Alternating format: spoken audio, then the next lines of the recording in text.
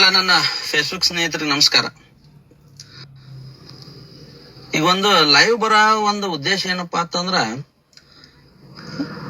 2-3 ದಿವಸದಿಂದ ಒಂದು Facebook ನಾಗಾಗ್ಲಿ, YouTube ನಾಗಾಗ್ಲಿ, WhatsApp ನಾಗ ಇಲ್ಲ ತಂದೆ ತಾಯಿ ಸತ್ತ ಮಕ್ಕಳು ಅಥವಾ ತಂದೆ ಸತ್ತು ತಾಯಿ ಅಷ್ಟೇ ಇದ್ದ ಮಕ್ಕಳಿಗೆ ಪ್ರತಿ ವರ್ಷ ಪ್ರತಿ ತಿಂಗಳ 18 ವರ್ಷ ಒಳಗಿನ ಮಕ್ಕಳಿಗೆ 24,000 ರೂಪಾಯಿ ರೊಕ್ಕ ಬರ್ತಾವ ಅನ್ನುವಂತ ಒಂದು ಫೇಕ್ ನ್ಯೂಸ್. ಇದು ಫೇಕ್ ಅನ್ನೋಕ್ಕಿಂತ ತಪ್ಪು ಮಾಹಿತಿ ಅಂತಂದ್ರ ಇದ್ರಾಗ ತಪ್ಪಾಗ್ಲಿಕ್ಕಿಲ್ಲ. ಯಾಕಪ್ಪ ಅಂತಂದ್ರ ಇವತ್ತು ಮುಂಜಾನೆ ಹಿಡಿದ ನಮ್ಮ ಮನೆಯೊಳಗೆ ಇನ್ಸಿಡೆಂಟ್ ಆಗಿದ್ದು, ನಮ್ಮ ಓನ್ ಸಿಸ್ಟರ್ ಮಗಳ ಸಂಬಂಧ ನಾ DC ಆಫೀಸ್ನಾಗ ಐತಿ ಅಂತ ಹೇಳಿ ನನಗೆ ಕೊಟ್ಟು ಕಳಿಸಿದ್ರು. ನಾ DC ಸಾಹೇಬ್ರ ಆಫೀಸ್ಗೆ ಹೋದೆ. ಅಲ್ಲಿ ಒಬ್ಬ ಮಹಾಶಯ ಟಪ್ಪಿಗೆ ಹಾಕೊಂಡು ಕೂತು ಮ್ಯಾಲ ಹೋಗಿ, ಸಾಹೇಬ್ರ ಇದು ಒಂದು ಸ್ಕಾಲರ್ಶಿಪ್ ವಿಧವಾ ಮಕ್ಕಳಿಗೆ ಅಥವಾ ಅನಾಥ ಮಕ್ಕಳಿಗೆ ಏನೋ ಸ್ಕಾಲರ್ಶಿಪ್ ಬರೋದ ಒಂದು ಫಾರ್ಮ್ ಸಿಗ್ತದತ್ರಿ, ಮತ್ತೆ ಎಲ್ಲಿ ಸಿಗ್ತದ ಸಾಹೇಬ್ರ? ಅವೆಲ್ಲ ಏನ್ರಿ, ಎಲ್ಲಿದ ನೋಡ್ಕೊಂಬಂದ್ ತಲೆ ತಿತ್ತಿರ್ಲಾ ತಂದ್ಬಿಟ್ಟವ.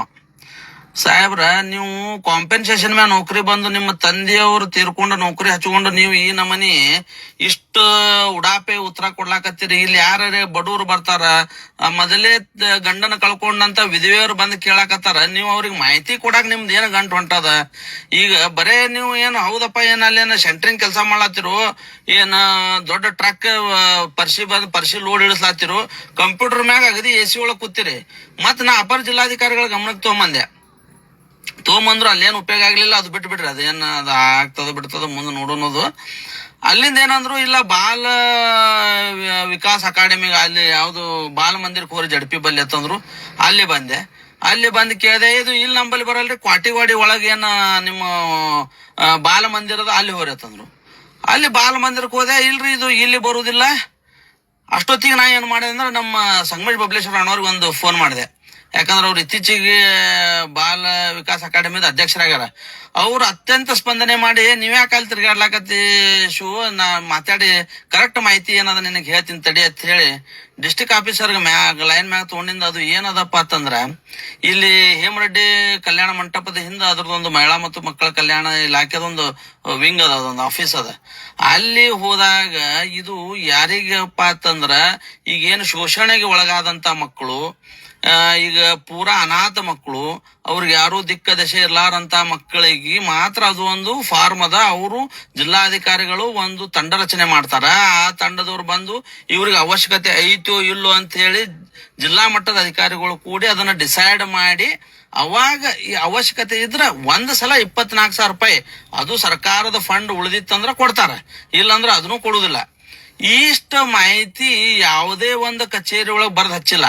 ಈಗ ಒಬ್ಬ ವಿಧವಾ ಹೆಣ್ಮಗಳು ಅದನ್ನ ಈಗ ವಾಟ್ಸಪ್ ಮತ್ತು ಫೇಸ್ಬುಕ್ ನಾಗ ಪ್ರತಿಯೊಬ್ರು ಅದನ್ನ ನೋಡಿ, ಈಗ ನಿನ್ ಗಂಡ ಸತ್ತನವ, ನೀವ್ ಹೋಗು, ನಿನ್ ಮಗಳಿಗೆ ತಿಂಗಳ ರೊಕ್ಕರೆ ಬರ್ತಾವ, ವರ್ಷ ರೊಕ್ಕರೆ ಬರ್ತಾವ ಹಿಂಗ್ ಹೇಳಾನ.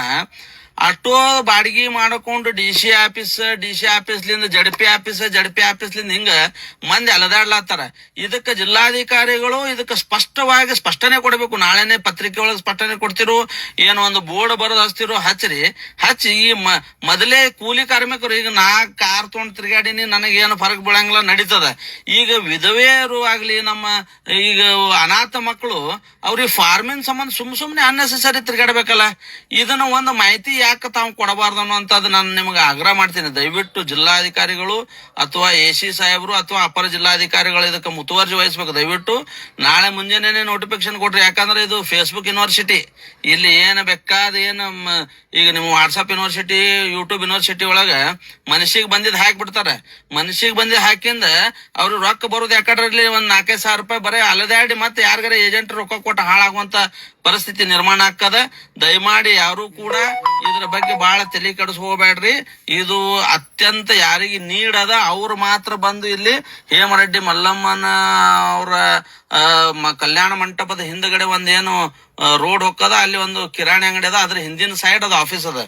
ಅಲ್ಲಿ ಫಾರ್ಮ್ ಯಾರ ಅವಶ್ಯಕತೆ ಅದ ಅವ್ರು ಮಾತ್ರ ಫಾರ್ಮ್ ತೋರಿ. ಬರೇ ಇಲ್ರಿ ಅವ್ರು ವಿಧವೆ ಅದಾರ, ಅವ್ರ ಮಕ್ಕಳ ಹಂಗ ಏನ್ ಇಲ್ಲದು. ಅಲ್ಲಿ ಅವರಿಗೆ ನೀಡಿರ್ಬೇಕು, ಅವಶ್ಯಕತೆ ಇರಬೇಕು. ಅಷ್ಟು ಅವಶ್ಯಕತೆ ಇದ್ದವ್ರಿಗೂ ಅದನ್ನು ಪಟಕನೆ ನಾಳೆ ಮುಂಜಾನೆ ನಿಮ್ಮ ಅಕೌಂಟಿಗೆ 24,000 ರೂಪಾಯಿ ಹಾಕುದಿಲ್ಲ. ಇದೆಲ್ಲ ಸುಳ್ಳು ಬೋಗಸ್ ಅದ. ಅದಕ್ಕ ಅವ್ರು ಏನು ಅಂತ ಶೋಷಣೆಗೆ ಒಳಗಾದ ಮಕ್ಕಳು ಅಥವಾ ಅವರು ಈ ಮನಿ ಬಿಟ್ಟು ಹೋದಂತ ಮಕ್ಕಳು ಅಂತವು ಅದ್ರಾಗ ಆಯ್ಕೆ ಮಾಡಿ ಸ್ಕೂಟ್ನಿ ಮಾಡಿ ನಿಮ್ಗೆ ರೊಕ್ಕ ಹಾಕ್ತಾರ. ಅದನ್ನ ದಯವಿಟ್ಟು ಎಲ್ಲಾರು ಕೂಡ ಇದನ್ನ ಗಮನ ಹರಿಸ್ರಿ. ಆದಷ್ಟು ಇದನ್ನ ಮಂದಿಗೆ ತಲುಪಿಸುವಂತ ಕೆಲಸ ಆಗಲಿ ಅಂತ ಹೇಳಿ ತಮ್ಮಲ್ಲಿ ಕಳ್ಕೊಳ್ಳಿ ಕೇಳ್ಕೊತೀನಿ. ನಮಸ್ಕಾರ.